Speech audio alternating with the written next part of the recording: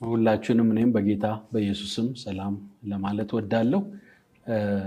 በቃሊቲ ፕሬዝዳንት ዶክተር ስምዖን ኤሊሶ እንደተገለጠው በተለይ በዚህ ጊዜ መግለጫውን መስጠት ያስፈለገው ከውጭ ሀገር ቤኒሂን የተባለ አስተማሪ ግብዣ እንደተደረገለትና በኢትዮጵያ መጥቶ አገልግሎት ለመስጠት ስልጠናዎችን ለመስጠት ዝግጅት እየተደረገ እንዳለ ስለሰማን የዚህ ሰው አስተምሮም ህይወቱም ብዙ ጥያቄ ያለበት ስለሆነ የሱ ወደ ኢትዮጵያ መጥቶ ማስተማር በአገራችን ውስጥ ላለው የሐሰት አስተምሮ እንቅስቃሴ የበለጠ ጉዳት የሚያመጣ የበለጠ የሚያስፋፋ ሆኖ ስላገኘ ነው ይህን መግለጫ መስጠት ያስፈለገው። ቤኒሂን ማን ነው? አስተምሮ ምንድነው?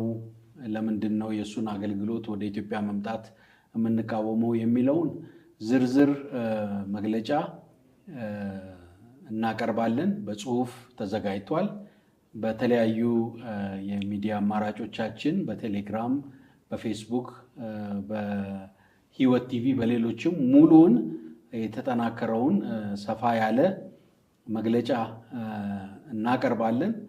ለዚህ አጭር መግለጫ ግን ዋና የቤኒን አገልግሎት ወደ ኢትዮጵያ መምጣቱን የምንቃወምበትን ምክንያት ለመግለጽ ነው። ቤኒሂን በዓለም ዙሪያ በእርግጥ የታወቀ አስተማሪና አገልጋይ እንደሆነ ብዙ ተከታይ እንዳለው ይታወቃል።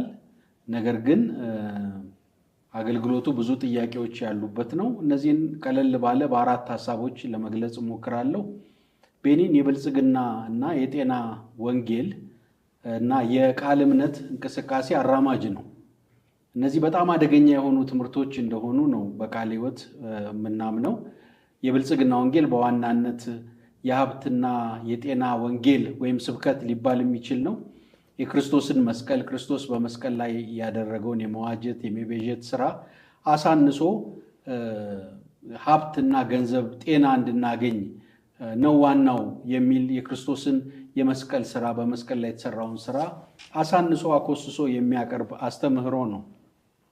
ጌታ ኢየሱስ ክርስቶስ የመጣበት ዓላማ ትልቅ እንደሆነ የሰው ልጆችን ለማዳን እንደሆነ ከጤናና ከሀብት የበለጠ ሰፊ የድነት ስራ እንደሰራ መጽሐፍ ቅዱስ ያስተምራል። ይሄንን አሳንሶ የሚያቀርብ ስለሆነ ነው አንደኛው የቤኒንን አስተምሮ የምንቃወመው። ሌላው ከጤና ጋር በተገናኘ መታመም የእምነት መጉደል ነው፣ ጤና ከሌለህ እምነት ልክ አይደለም ብሎ የእምነት ደካማዎች ጉዳይ እንደሆነ አድርጎ ነው የሚያቀርበው።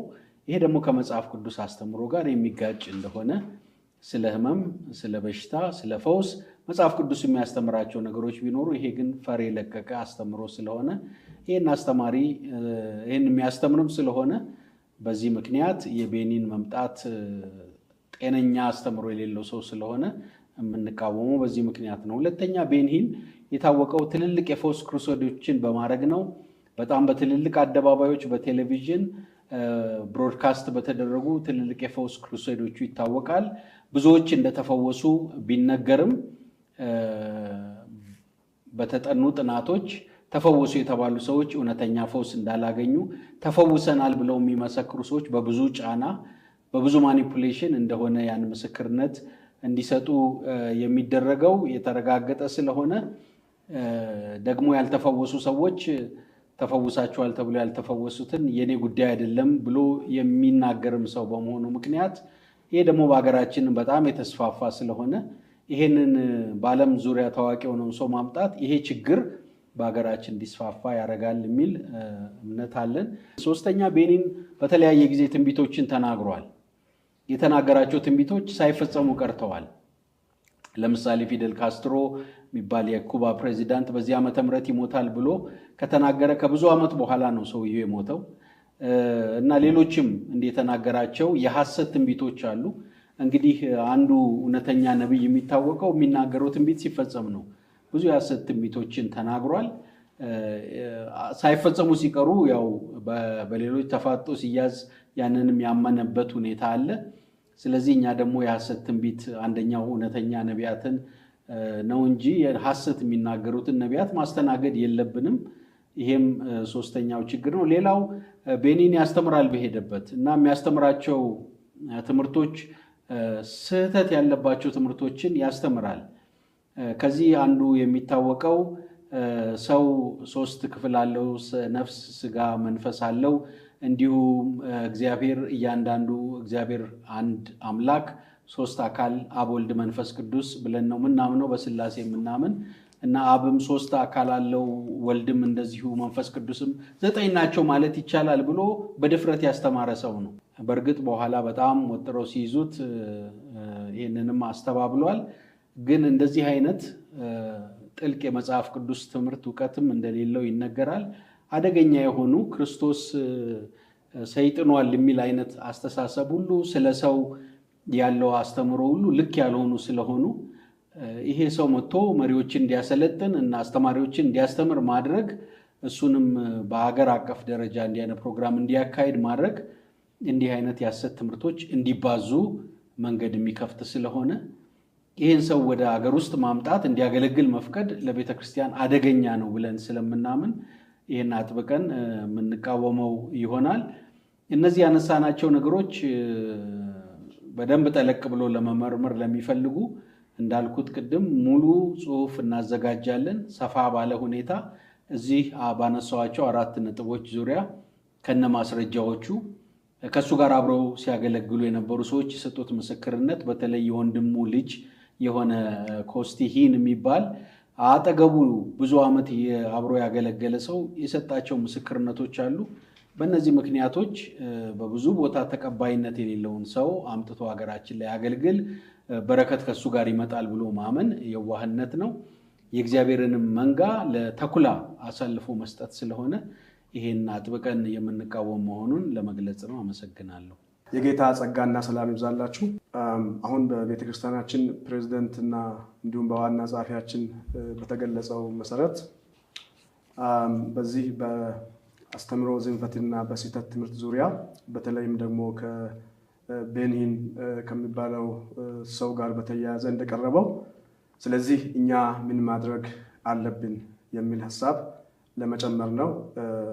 የእግዚአብሔር ቃል እንደምናገር መጽሐፍ ቅዱስ ላይ ሐዋርያው ጳውሎስ እንደምናገር በደሙ የዋጃትን ቤተክርስቲያን ተጠብቋትና ትንከባከቧት ዘንድ ለራሳችሁና ለመንጋው ተጠንቀቁ እንደሚል እኛ የቤተክርስቲያን መሪዎች በተለይም ደግሞ በየመዋቅሩ በኢትዮጵያ ቃለ ሕይወት ቤተክርስቲያን ከዋና ጽሕፈት ቤት ጀምሮ በቀጣና በህብረቶችና እንዲሁም በአጥቢያዎች ውስጥ የሚታገለግሉ ሁሉ በዚህ ሁኔታ ውስጥ ይሄንን የቤንሂንን ትምህርት እና እዚህ ኢትዮጵያ ውስጥ መጥቶ እንዲያገለግል ተፈቅዶ እየተደረገ ያለውን ዝግጅት በተመለከተ ሚመኑ ከዚህ ከቃለ ሕይወት አስተምህሮና የእምነት ተቋም አንጻር ይሄንን የማንደግፍ መሆኑን እንዲሁም ደግሞ ሚመኑ ወደዛ እንዳይሄድ በተለይ የቤተ ክርስቲያን መሪዎች በየትኛውም አጋጣሚ ህዝቡን ማስተማር፣ መግለጫዎችን መስጠት፣ ግንዛቤን ማስፋት እንደሚያስፈልግ ለማስጠንቀቅ እንዲሁ ለማሳሰብ ነው። ከዚህም በተጨማሪ ምናልባትም በአጠቃላይ በዘመናችን ያለውን የአስተምህሮ ዝንፈትና የስህተት ትምህርቶችን በተመለከተ በቤተ ክርስቲያናችን የዕቅበተ እምነት ክፍል በቴዎሎጂ መምሪያ ውስጥ ከፍተኛ ስራ እየሰራ ይገኛል። ጥናቶችን እያካሄደ ይገኛል። በዚህ መሰረት በየመዋቅሩ የሚገኙ አገልጋዮችና መሪዎች እንዲያጠኑ እንዲሁም ደግሞ የአሰልጣኞች ስልጠና በመውሰድ በተለያዩ ፕሮግራሞች ላይ ኮንፈረንሶች ላይ እንዲሁም ደግሞ ወርክሾፖች ላይ በማስተማር የህዝቡን ግንዛቤ እንዲያሰፉ የሚያስችል ስራ ዝግጅት እየተደረገ ይገኛል። በዚህ መሰረት ሌሎችም ከቤንሂን በተጨማሪ በተለይም ደግሞ በዚህ ዘመን ሐዋርያትና ነቢያት ነን የሚሉ ብዙ በየመንደሩ ያሉ አገልጋዮች ስላሉ የቤተ ክርስቲያናችን መሪዎች መንጋውን ከመጠበቅ አንጻር ቃለ ሕይወት የእነዚህን ሰዎች ነቢያትንና ሐዋርያትን ስለማትሾም እንዲሁም ደግሞ አገልግሎታቸውንም ስለማትቀበል በየትኛውም በኮንፈረንስ ይሁን በዓመታዊ ፕሮግራሞች ይሁን እንዳትጋብዟቸውና ህዝቡንም እንድትጠብቁ ያለውንም ክፍተት በመምላት እንድታስተምሩ፣ እንድታሳስቡ፣ እንድትጠብቁ እያሳሰብን ለዚህ እንዲረዳ ዋና ጽሕፈት ቤቱ ከቀጣና መሪዎች ከህብረት እንዲሁም አጥቢያ ላይ ከሚገኙ አገልጋዮች ጋር በመተባበር ሰፋ ያለ ጥናቶችን እንዲሁም ደግሞ የውይይት መድረኮችን በማመቻቸት እንዲሁም ደግሞ ትምህርቶችን በማስተማር ህዝቡን ወደዚህ እውነት ለመምራት ዝግጅት እያደረገ እንደሆነ ለመጨመር ነው። አመሰግናለሁ። እንግዲህ እንደተገለጠው የስህተት አስተምሮን የመቃወም ነገር የሁላችን ኃላፊነት ነው። መጽሐፍ ቅዱሳችን በስህተት ጉዳይ ላይ በጣም ግልጥ አስተምሮ አለው። ከመጽሐፍ ቅዱስ አንጻር ትክክል ያልሆኑትን ትክክል አይደለም ማለት ተገቢ ይሆናል ማለት ነው። የስህተት አስተማሪዎችን የምናውቀው አንዱም በሚያደርጉት መንገድ ነው። የትምህርትን የሚያቀርቡበት መንገድ ከመጽሐፍ ቅዱሳችን ያፈነገጠ ነው። በአብዛኛው ለራሳቸው ጥቅም ስሉ የሚያደርጉት እንደሆነ እናስተውላለን። እንደዚሁም በተለያየ መንገድ እስካሁን ድረስ እንዳየነው ከመጽሐፍ ቅዱስ ያፈነገጠ የህይወት ልምምድ ያላቸው መልካም የህይወት ምስክርነት የማይታይባቸው አገልጋዮች ናቸውና ምዕመናን ከዚህ እንድትጠበቁ ሌሎችም እንድትጠበቁ የሁሉ ኃላፊነት እንደሆነ ለመግለጽ እንወዳለን። እነዚህ ጽሁፎች በተለያየ መንገድ ይዘጋጃሉ። በቤተክርስቲያናችን ባለ አቅም ሁሉ ጽሁፎችን በማሰራጨት ትምህርታዊ ኮንፈረንሶችን በተለያየ ስፍራ በማድረግ ማሰልጠን የሚችሉትን አገልጋዮች አሰልጥነን በማሰማራት ሰዎች ከስህተት ትምህርት እንዲጠበቁ መሰረታዊ ስራዎችን የምናከናውን እንደሆነ ለመግለጥ ያክል ነው። እግዚአብሔር አብዝቶ ይባርካችሁ።